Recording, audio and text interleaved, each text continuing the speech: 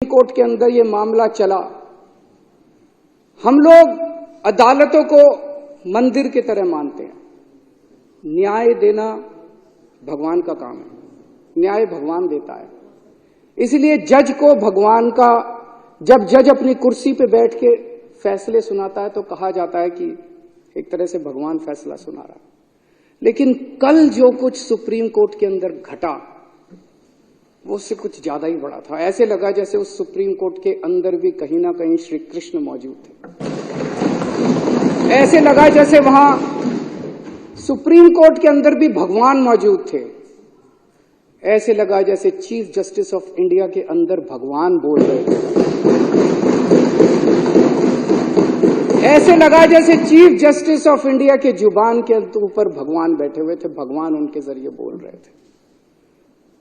तो ये जो कल पूरा घटनाक्रम हुआ वो ये दिखाता है कि अब हम सबसे पहले तो सुप्रीम कोर्ट का बहुत बहुत शुक्रिया इस सदन के माध्यम से हम इस सदन के माध्यम से सुप्रीम कोर्ट का शुक्रिया अदा करना चाहते हैं। उस पूरी बेंच का शुक्रिया अदा करना चाहते हैं। खासकर चीफ जस्टिस ऑफ इंडिया का शुक्रिया अदा करना चाहते हैं जिन्होंने इतने कठिन समय के अंदर हमारे देश को, जनतंत्र को बचाने का काम किया। आज पूरे देश के सामने भगवान ने बेनकाब करके एक साफ साफ मैसेज दे दिया। भगवान ने, बीजेपी चुनाव जीतती नहीं है, बीजेपी चुनाव चोरी करती है।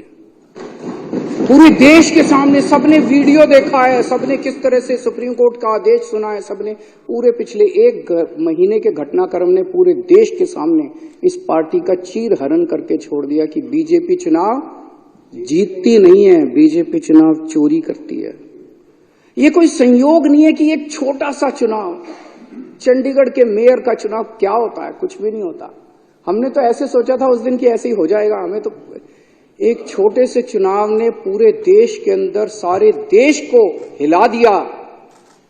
कुछ ना कुछ तो भगवान बताने की कोशिश कर रहे हैं, संदेश देने की कोशिश कर रहे हैं। तो भगवान का संदेश है